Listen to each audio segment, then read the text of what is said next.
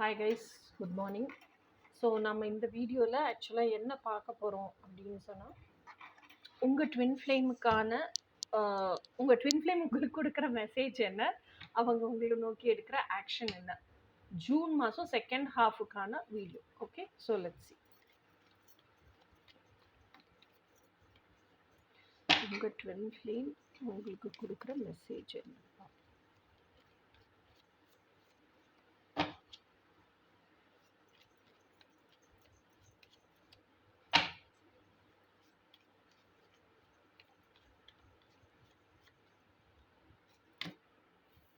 Wow, Queen of Pentacles.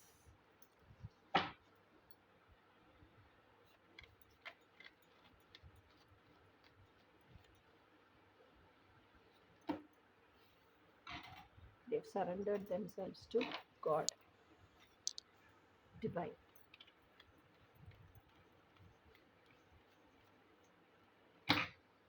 Page of Swords. நீங்கள் என்ன truth expect பண்ணிட்டு இருக்கீங்களோ that truth is coming towards you as message.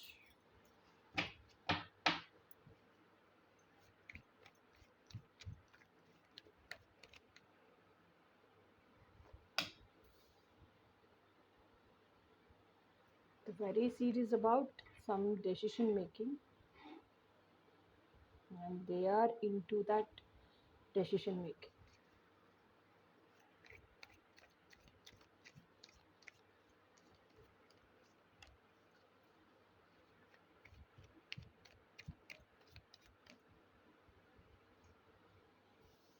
Three-fourths. They are taking action towards that decision making. So queen of pentacles. Queen of பென்டிகல்ஸுங்கிறவங்க வந்து எப்படி சொல்கிறது, பாத்திரம் அறிந்து பிச்சையிடும் லேடி. ஸோ பாத்திரம் அறிந்துன்னா அவங்க ஏந்தி இருக்க தட்டு இல்லை, பாத்திரம்னா அந்த பர்சனோட கதாபாத்திரம்.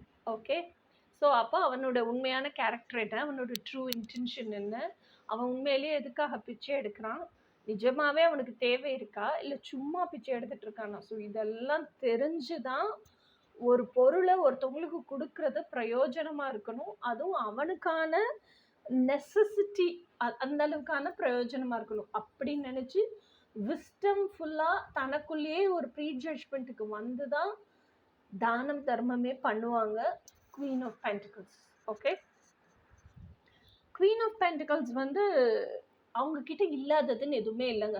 She is very abundantful, she is very prosperous.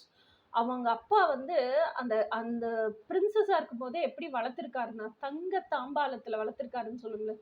She is born with a platinum ஸ்பூனில் டைமண்ட்ஸ் எல்லாம் பதிச்ச பிளாட்டினம் ஸ்பூன் இருக்கும்ல, அந்த மாதிரி பிறந்ததே அந்த மாதிரி பிறந்திருக்காங்க. அப்போ வளர்ந்ததெல்லாம் எப்படி இருப்பாங்க. She is that abundantful, she is that prosperous. இல்லாததுன்னு ஒன்றுமே இல்லை. அவளை கட்டிக்கிறதுக்கு நீ நான் ராஜா போட்டி போட்டு வருவாங்களாமா. ஆனால் இந்த குவீனு அவங்க கனவுல வச்சுருக்காங்கல்ல தி அல்டிமேட் ஒன், அந்த பர்சனாக யாரும் தெரியாததுனால ஷீ ரிஜெக்ட்ஸ் எவ்ரிபடி. அந்த ஒரு பர்சனுக்காக மட்டுமே காத்திருப்பாங்க. அந்த ஒரு பர்சனுக்காக மட்டுமே காத்திருக்காங்கன்னு சொல்லக்கூடாது, தவம் இருப்பாங்க. அந்த ஒரு பர்சன் வந்தால் மட்டும்தான் ஷீல் அக்செப்ட். அது இப்போ வரைக்கும் அவங்க இல்லைன்னு சொல்லிட்டு தான் அந்த முகத்தில் அவ்வளோ வாட்டம் இருக்கு. அது தெரியுதா உங்களுக்கு? தூரத்துலன்னு தெரியல, லெட் மீ ஷோ யூ. தெரியுதா? She chat. ஆனால் இதுவும் மாறும். ஓகேயா? ஸோ இது வந்து உங்கள் ட்வின் ஃப்ளேமோட மெசேஜஸ் உங்களுக்கு. அப்போ உங்கள் ட்வின் ஃப்ளேம் இந்த சுச்சுவேஷன் இந்த மைண்ட் செட்டில் தான் இருக்காங்க. ஸோ அவங்களால அதை தாங்கிக்க முடியல, அந்த சோகம், லோன்லினஸ், அவங்க இல்லைங்கிற அந்த டெஸ்பரேட்னஸ், இன்னொன்று ஏக்கம் இருக்கும்ல, டெஸ்பரேட்னஸை தாண்டி அந்த ஏக்கம் இருக்கும்ல, அந்த ஏக்கத்தை அவங்களால தாங்கிக்க முடியல. அதனால அவங்கள கம்ப்ளீட்டாக கொண்டு போய் இறைசாட்சிக்கிட்ட, மனசாட்சிக்கிட்ட இல்லை இறைசாட்சிக்கிட்ட சரண்டர் பண்ணிட்டாங்க. எனக்கு என்ன பண்ணணும்னு தெரியல, எனக்கு சொல்லி கொடு.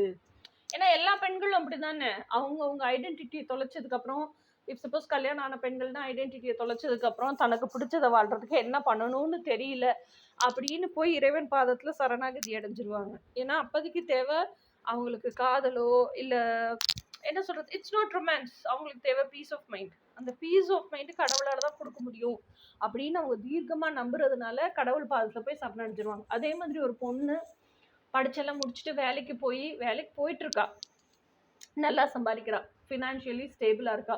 இந்த பொண்ணுக்குலாம் என்ன எல்லாமே இருக்கு, ஓகேயா.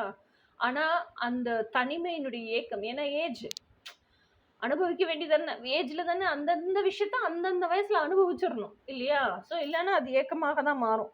அது வந்து அது என்ன சொல்லுவோம், அந்த லவ்வினுடைய ஏக்கம், அந்த ரொமான்ஸ் எக்ஸ்பீரியன்ஸ் பண்ணுங்கிற ஏக்கம், யார்கிட்ட போய் சொல்லணும்னு தெரியல, யார்கிட்ட சொன்னாலும் தப்பா நினைப்பாங்க, என்ன பண்றதுன்னு தெரியாம ஷி சரண்டர்ட் டு டிவைன். கம்ப்ளீட்டா நீ என்ன செஞ்சாலும் எனக்கு ஓகே, நீ என்ன கொடுத்தேனாலும் ஓகே அப்படின்னு போய் இறை சாட்சியோட காலை பிடிச்சிட்டு கம்ப்ளீட்டா நான் என்ன உங்ககிட்ட ஒப்படைக்கிறேன் அப்படின்னு ஒப்படைச்சிட்டா, அந்த ஸ்டேஜுக்கு வந்துட்டா. அடுத்தது இது வந்ததுக்கு அப்புறமா page of swords. Page of ஸ்வாட்ஸ்னா என்ன, யங் எனர்ஜி, என்தூசியாஸ்டிக் எனர்ஜி, அதுக்கப்புறம் நிறைய சேலஞ்சஸ் இருக்கும். ஆனால் இந்த பேஜ் ஆஃப் ஸ்வாட்ஸுங்கிறவங்க, ஸ்வாட்ஸ்னாலே சிந்தனை, திங்கிங்ஸ் அண்ட் தாட்ஸ், ஸ்வாட்ஸ்னாலே truth, okay. So the very vigilant, the very aggressive also. அவ்வளோ கோவம், காற்றுல கத்தி எவ்வளவு வேகமாக போகுது அந்த அளவுக்கு வேகமாக இருக்கும் அவங்களோட சிந்தனையும். அந்த சிந்தனை போகிற வேகத்துக்கு அவங்களே வந்து கொண்டு செலுத்த முடியாது, அந்த அளவுக்கு அவங்க மனசு வேகமாக இருக்கும், ஓகேயா. ஸோ நிறைய சேஞ்சஸ். அவங்க பேஜ் ஆஃப் ஸ்வாட்ஸ் எப்படி இருப்பாங்கன்னா, அந்த சேஞ்சஸ் ஃபுல்லாக அக்செப்ட் பண்ணிக்கிற பர்சனாக இருப்பாங்க. இன்னொன்று அந்த சேஞ்சஸ், அதாவது லைஃப் எப்படி அன்ஃபோல்ட் ஆகுதோ அந்த அன்ஃபோல்ட் ஆகுற டைரெக்ஷன்லேயே எதிர்நீச்சல் அடிக்காமல் கோயிங் வித் தி ஃப்ளோலேயே போகிற பர்சனாக இருப்பாங்க. ஸோ இந்த பேஜ் ஆஃப் ஸ்வாட்ஸுங்கிறது என்ன செய்தியை சொல்லுது அப்படின்னா, ஸோ அ மெசேஜ், நீங்கள் ஏதோ ஒரு உண்மை எதிர்பார்த்துட்டு இருக்கீங்க, இல்லை ஏதோ ஒரு சைன் அண்ட் சிங்க்ரோனசிட்டி எதிர்பார்த்துருக்கீங்க, பிரபஞ்சத்துக்கிட்ட ஒரு சைன் கேட்டிருக்கீங்க அப்படின்னா, that is coming towards you very fast. அதுதான் பேஜ் ஆஃப் ஸ்வாட்ஸ், ஓகே. அடுத்தது வந்து two of swords. Two of ஸ்வாட்ஸுங்கிறது என்னன்னா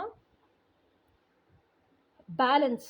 உங்களுக்கு இத்தனை நாள் கன்ஃபியூஷன் இருக்குது அப்படின்னா நிறைய கன்ஃபியூஷன்ஸ் இருந்திருக்கு, அந்த கன்ஃபியூஷன்ஸ்னால இன்செக்யூரிட்டி இருந்திருக்கு, கான்ஃபிடென்ட்டாக இதுதான் எனக்கு வேணும்னு உங்களால் டெசிஷன் எடுக்க முடியல, சூஸ் பண்ண முடியல, ரொம்ப பீஸ் ஆஃப் மைண்டே இல்லாமல் ரொம்ப கஷ்டப்பட்டுட்டு இருக்கீங்க அப்படின்னா, நீங்கள் டிவைன் கிட்ட சரண்டர் ஆனதுக்கப்புறம் என்ன பண்ணுறீங்கன்னா, உட்காந்து எனக்கு என்ன பண்ணணும்னு தெரியல, உங்களுக்குள்ளே இருக்கிற இறை சாட்சி இருக்குல்ல, பேசாமல் அமைதியாக போய் ஒரு இடத்துல உட்காந்துடுறீங்க, உட்காந்து இறை சாட்சிகிட்ட புலம்புறீங்க, அழுகுறீங்க, செல்ஃப் டாக் பண்ணுறீங்க, எனக்கு என்ன பண்ணணும்னே தெரியல அப்படின்னு கடவுள்கிட்டயே அதை விட்டுடுறீங்க. அப்போ நீங்கள் அமைதியாக இருக்கும்போது, அந்த ஆழ்ந்த தூக்க நிலைக்கு போகும்போதோ, இல்லை டீப்பாக ஏதோ ஒரு சமையல் பண்ணிட்டு இருப்பீங்க, இல்லை டீப்பாக ஏதோ வாஷிங் மிஷினில் துணியை போட்டிருப்பீங்க, துணி துவைச்சிக்கிட்டு இருக்கோம், ஏதோ ஒன்று செஞ்சுட்டு இருப்பீங்க, ஓகேயா.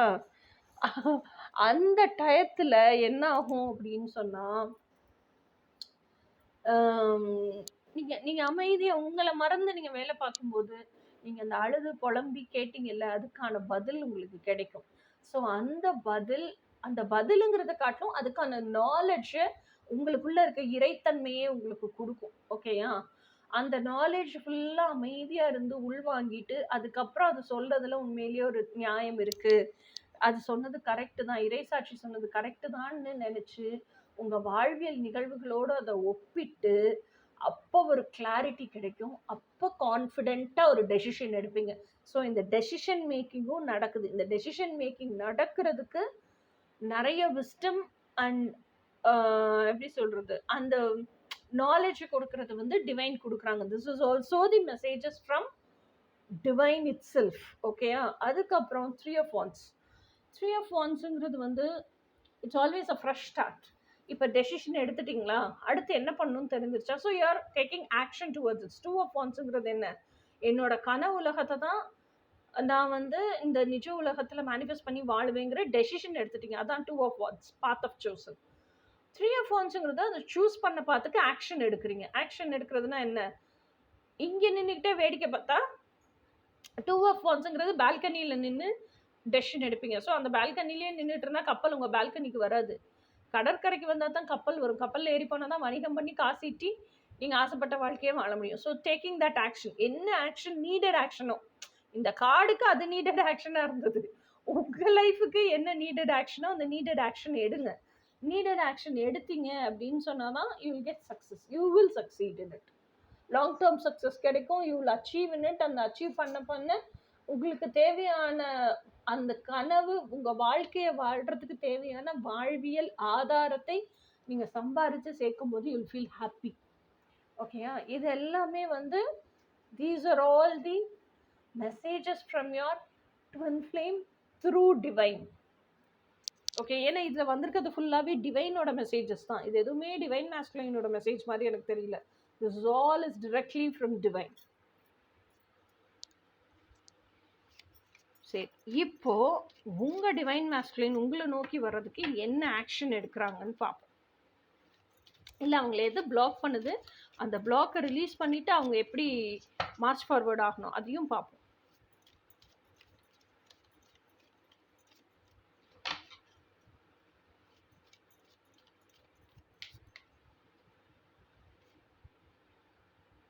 Eight of cups. Eight of cups அப்படிங்கிறது வந்து எனக்கு என்ன தோணுச்சு அப்படின்னா, இது வந்து ஃப்ரண்ட் சைடு, இது ஃப்ரண்ட் சைடு, இது பேக் சைடு. ஓகேயா? எயிட் ஆஃப் கப்ஸ் அப்படிங்கிறதுல சன்னும் இருக்கு, மூணும் இருக்கு. ஓகேயா? 8 கப்பு. இந்த 8 கப்பு வந்து இவன் பார்த்துட்டு என்ன டெசிஷன் எடுக்கிறதுன்னு தெரியாம சோகமாவே இருக்கான். ஆனா இப்ப என்ன ஆச்சு, என்ன டெசிஷன் எடுக்கிறதுன்னு தெரிஞ்சு போச்சு. யாரெல்லாம் என் எனர்ஜியை ட்ரெயின் அவுட் பண்ணுறாங்களோ, எந்த சூழ்நிலையெல்லாம் எனர்ஜியை ட்ரெயின் அவுட் பண்ணுதோ அதுக்குள்ளெல்லாம் நான் இனிமேல் இருக்க மாட்டேன், தங்க மாட்டேன். I'm just walking away from all those things அப்படிங்கிறது தான் eight of Schwarz.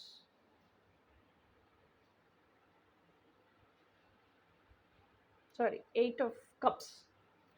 Eight of cups அப்படிங்கிறது வந்து walking away from whatever is not serving your highest good and whatever is draining your energy. உங்க எனர்ஜி எதெல்லாம் drain பண்ணுதோ, vampire மாதிரி suck பண்ணுதோ, அதுல இருந்தெல்லாம் விலகி போறது தான் எயிட் ஆஃப் கப்ஸ். ஸோ நெக்ஸ்ட் ஆக்ஷன் என்ன எடுக்கிறாங்க உங்க ட்வின் ஃப்ளேம் உங்களை நோக்கி?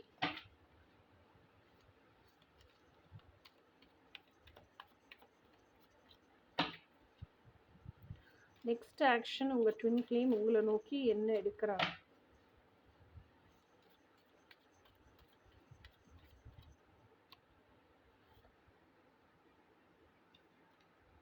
இது ஃப்ரண்ட் சைடு, இது பேக் சைடு. பேக் சைடு தான் வந்திருக்கு. அப்போ என்ன அர்த்தம் அப்படின்னா, 10 ஆஃப் வாண்ட்ஸ் அப்படின்னா சுமக்க முடியாமல் சுமந்துட்டு இருக்கீங்க. அதை சுமக்க முடியாமல் சுமக்கிறதுக்கு ரெடியாக வேற இருக்கீங்க. நிமிர்ந்து நிற்கணும்னே உங்களுக்கு தோணலை. நிமிர்ந்து நிற்கிறதுக்கு என்ன பண்ணணும்னு தெரியல. அப்போது நீங்கள் எப்போ அது வலிக்க ஆரம்பிக்குதோ அப்போ தான் நிமிர்ந்து நிற்கணும்னே தோணும் உங்களுக்கு. ஓகேயா? ஸோ இன்னும் வலிக்கவே ஆரம்பிக்கல உங்களுக்கு.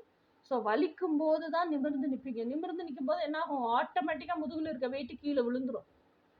கொஞ்ச நேரத்துக்கு அது அப்படியே நீங்கள் இந்த வெயிட் வேண்டாம், எனக்கு பாரம் இல்லாமல் தான் ரிலாக்ஸாக இருக்குன்னு நினச்சிங்கன்னா அந்த பாரத்தை பூரா இறைவன் பாதத்தில் சமர்ப்பணம் பண்ணிட்டு நிமிர்ந்து ரிலாக்ஸாக கையை காலை உதறி ஆயாசமாக ஃப்ரீயாக நடக்க கற்றுக்குங்க. ஓகே? ஸோ அதுதான் ஆக்சுவல் சொல்யூஷன். ஆனால் இப்போதைக்கு நீங்கள் எப்படி இருக்கீங்க, ஆக்ஷனே எடுக்காத நிலையில் இருக்கீங்க. இந்த ஆக்ஷன் என்ன, அன்வான்ட் ஆக்ஷன் எடுத்துட்டு இருக்கீங்க. நான் இருக்கிறதெல்லாம் சுமக்கிறதுக்கு ரெடி, நான் சுமந்தே தான் ஆகணும், நான் சுமந்துட்டு இருக்கிறேன் அப்படிங்கிற நிலையில இருக்கீங்க. இதெல்லாம் என்னது, உங்களை சுற்றி இருக்கிற டிபெண்டன்ஸோட ரெஸ்பான்சிபிலிட்டியை பூரா சுமந்துட்டு இருக்கீங்க. நீங்கள் சுமக்கணுங்கிற அவசியமே கிடையாது.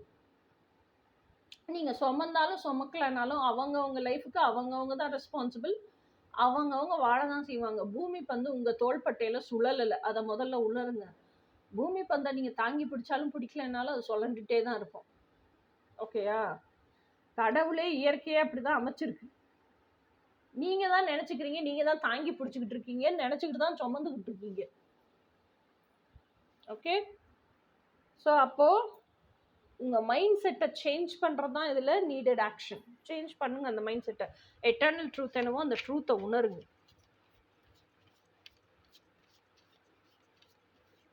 நீங்கள் ஒரு விஷயத்த செஞ்சாலும் செய்யலைன்னாலும், நீங்கள் ஒரு விஷயத்துக்காக கஷ்டப்பட்டாலும் படலைன்னாலும், மற்றவங்கள நீங்கள் சந்தோஷப்படுத்தினாலும் படுத்தலைன்னாலும், அவங்க மனத்திரையில் உங்களை எப்படி வச்சுருக்காங்களோ அந்த மாதிரி நீங்கள் நடந்துக்கிட்டாலும் நடக்கலைனாலும், நீங்கள் பண்ணுற ரெஸ்பான்சிபிலிட்டியை பூரா நீங்கள் பண்ணிகிட்டே இருக்கணுங்கிறது எக்ஸ்பெக்டேஷன் இருந்துக்கிட்டே தான் இருக்கும்.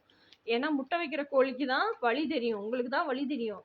ஆனால் அதை அப்படியே லாபகமாக வாங்கி அடுப்புல வச்சு சமைச்சு சாப்பிடுறவங்களுக்கு அதனுடைய ருசி மட்டும்தான் தெரியும், வலி தெரியாது.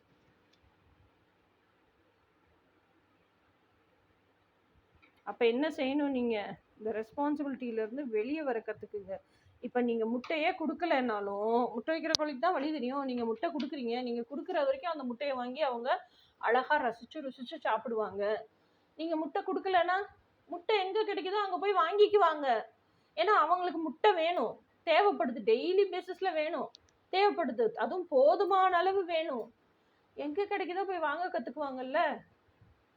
அப்ப இத்தனை நாள் நான் தான் கொடுக்குறேன்னு நினைச்சிட்டு நீங்க கொடுத்தது வேஸ்ட் தானே. So next action, 2 of Pentacles. 2 of Pentaclesங்கிறது என்ன, உங்க personal life, professional life, family life எல்லாத்தையும் பேலன்ஸ் பண்ண கத்துக்குங்க. எல்லாமே இம்பார்ட்டன்ட் தான், எல்லாத்துக்குமே வெயிட்டேஜ் உண்டு.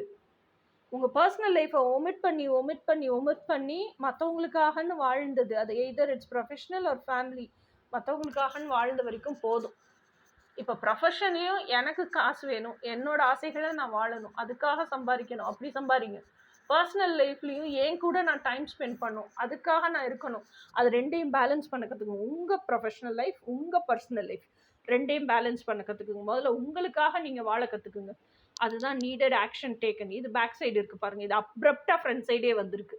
அப்போ இதுதானே ஆக்ஷன் நீங்கள் எடுக்கணும். அப்படியே லட்டு போல் நீங்கள் என்ன ஆக்ஷன் எடுக்கணுமோ அது வந்துருச்சு. அந்த ஆக்ஷன் எடுக்க கற்றுக்குங்க. என்னோட பர்சனல் லைஃபுக்காக நான் வாழணும், என்னோட ப்ரொஃபஷனல் லைஃபுக்காக நான் வாழணும், ரெண்டையும் பேலன்ஸ் பண்ண கற்றுக்கணும்.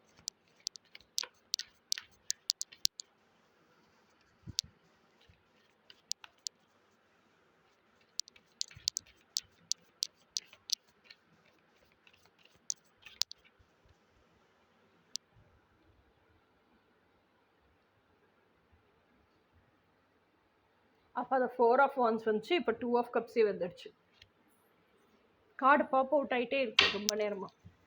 World card front side. World card front side வந்தால் என்ன அர்த்தம், ஒரு சைக்கிளை கம்ப்ளீட் பண்ணிட்டீங்க, you are ready to begin with other cycle. அப்போ என்ன இருக்கும், நீங்கள் கார்மிக் சைக்கிளை ஃபுல்லாக முடிச்சு ஹீலிங் சைக்கிளுக்காக ரெடியாக இருப்பீங்க, இல்லை ஹீலிங் சைக்கிளை ஃபுல்லாக முடிச்சு அசென்ஷன் ஜேர்னிக்காக ரெடியாக இருப்பீங்க. ஸோ எனக்கு தெரிஞ்சு இப்போ இருக்கிற வேவ்ஸ், அது என்ன சொல்கிறது, கலெக்டிவ் எனர்ஜி, கார்மிக் சைக்கிள் நிறைய பேர் முடிஞ்சு ஹீலிங்காக உள்ள வர்றீங்க. அது that is what is happening. So அப்படிதான் எனக்கு தெரியுது. So the needed action you have to take is start with your coaching. என்கிட்ட சேரலனாலும் உங்களுக்கு எந்த கோச் ரொம்ப பிடிச்சிருக்கோ தயவு செஞ்சு அவங்க கிட்ட போய் கோச்சிங் சேர்ந்து கரெக்டாக இன்னர் ஒர்க் பண்ணுங்க, ப்ரிசைஸாக இன்னர் ஒர்க் பண்ணுங்க. வேண்டாததெல்லாம் ட்ரை பண்ணி இதை ட்ரை பண்ணி பார்க்குறேன், அதை ட்ரை பண்ணி பார்க்குறேன்னு தயவு செஞ்சு டைமை வேஸ்ட் பண்ணாதீங்க.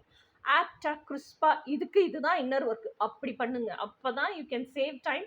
நீங்கள் எதை ஆசைப்பட்டீங்கன்னாலும் அதை மேனிஃபெஸ்ட் பண்ண முடியும். ஓகே, அடுத்தது 2 of Cups. 2 of Cups என்ன, ஆப்வியஸாக ட்வின் ஃப்ளேம்ஸை மேனிஃபெஸ்ட் பண்ணணும்னா definitely you need a coach help. ஏன்னா எனக்கு தெரியும், I been in to this journey. எப்போ இருந்து 2009 இருந்து I been in to this journey and seriously from 2014 or 2015, ஆமாம் 2014 டிசம்பர்லேருந்து நினைக்கிறேன். ஸோ 2015 வச்சுப்போம். ஸோ 2015 இப்போ வரைக்கும். ஸோ ஆனால் இப்போ நான் கொடுக்குற கோச்சிங்கில் இத்தனை வருஷமாக என்னுடைய எக்ஸ்பீரியன்ஸை லட்டு போல் என்ன ஆக்கிட்டேன், வீடியோஸ் ஆக்கிட்டேன். ஸோ என்னுடைய 14-15 வருஷ எக்ஸ்பீரியன்ஸை நீங்கள் அழகாக ஒரு வீடியோவில் தூக்கிட்டு போயிடுவீங்க, ஒரு கோச்சிங்கில் தூக்கிட்டு போயிடுவீங்க. ஸோ இப்போ நான் கொடுக்குற டைம் வந்து என்ன, 6 to 8 months உங்கள் ட்வின் ஃப்ளேம் யாருங்கிறத நீங்கள் மேனிஃபெஸ்ட் பண்ணி உங்களை ஹார்மோனியஸ் பெர்மனன்ட் யூனியனில் இருக்க வச்சிருவேங்கிறது தான் என்னுடைய என்ன சொல்கிறது, என்னுடைய ஒரு எப்படி சொல்கிறது, ட்ரஸ்ட்டாகவே கொடுத்துருக்கேன் மக்களுக்கு. என்கிட்ட நிறைய பேர் கோச்சிங் படிச்சுட்டும் இருக்காங்க. என்கிட்ட படிக்கிறவங்க கிட்ட எல்லாம் நீங்கள் கேட்டிங்கன்னா தெரியும். ஏன்னா நிறைய பேர் இப்போ மேனிஃபெஸ்ட் பண்ணிட்டாங்க, இவங்க தான் ட்வின் ஃப்ளேம் கன்ஃபார்மும் பண்ணிட்டாங்க. அந்த பர்சன் ரியாலிட்டியில் வரணும். ஏன்னா இப்போ சேர்ந்தவங்களாம் 4 மாதம் தான் ஆயிருக்கு. என்னோட டைமிங் 6 to 8 months தான். நிச்சயமாக அதுக்குள்ளே ஹார்மோனியஸ் யூனியன் மேனிஃபெஸ்ட் ஆகிடும். ஐ கேரண்டி தட். ஓகேயா? ஸோ தயவு செஞ்சு டைம் வேஸ்ட் பண்ணாதீங்க. உங்களுக்காக நீங்கள் செலவு பண்ணுற பணம் இருக்குல்ல, இத்தனை வருஷம் வருத்தத்திலேயே இருந்தீங்கல்ல, இத்தனை வருஷம் சோகத்திலேயே இருந்தீங்கல்ல, இதயம் உடைஞ்சு போய் குமிரி அழுதிங்கல்ல, அதுக்கெல்லாம் உங்களுக்கு ஒரு சொல்யூஷன் கிடைக்குது. நீங்க ஆசைப்பட்டது உங்களுக்கு கிடைக்குது. உங்க கனவு, உங்க கற்பனை, உங்க கண்ணு முன்னாடி நீங்க அத வாழ போறீங்கங்கிற இது இருக்குல்ல, அதுக்காக நீங்க செலவு பண்ணும் பணம், it's not an expense. It's an investment for your permanent happiness. அது தாராளமா, சந்தோஷமா, ஹாப்பியா இன்வெஸ்ட் பண்ணுங்க. ஓகே? Okay guys. இன்னைக்கான ரீடிங் முடிஞ்சுச்சு. ஆமா, எனக்கு தொண்டை கட்டி இருக்கு. இன்னைக்கான ரீடிங் முடிஞ்சிச்சு. ஸோ உங்க ட்வின் ஃப்ளேம் எடுத்த ஆக்ஷன்ஸ் என்னென்ன, உங்க ட்வின் ஃப்ளேமோட மெசேஜஸ் என்னென்ன, உங்க ட்வின் ஃப்ளேம் எடுக்கிற ஆக்ஷன்ஸ் என்னென்ன. ஸோ இனி அடுத்து இது மாதிரி வேற ஏதாவது இன்ட்ரெஸ்டிங்கான ஒரு ரீடிங்ல சந்திப்போம். நிறைய பேர் என்கிட்ட வாட்ஸ்அப்ல கேட்குற கேள்வி என்னன்னா, உங்களால எப்படி இதெல்லாம் மேனிஃபெஸ்ட் பண்ண முடியுது? இப்ப ட்ரிப்பு போயிட்டு வந்தேன், கொல்லம் ட்ரிப், அது கூட கேட்டிருந்தீங்க. எப்படி எல்லாமே மேனிஃபெஸ்ட் பண்ண முடியுது? எப்படி இவ்வளோ இன்ஸ்பைரிங்கா இருக்க முடியுது? எப்படி எப்பவுமே இவ்வளோ பாசிட்டிவா இருக்க முடியுது? ஏன் நீங்க உங்க ட்வின் ஃப்ளேமை மேனிஃபெஸ்ட் பண்ணதுக்கு அப்புறமும் தனியா இருக்கீங்க? இதுக்கான பதில்களோட அடுத்த வீடியோவில் சந்திப்போம். Until then, bye.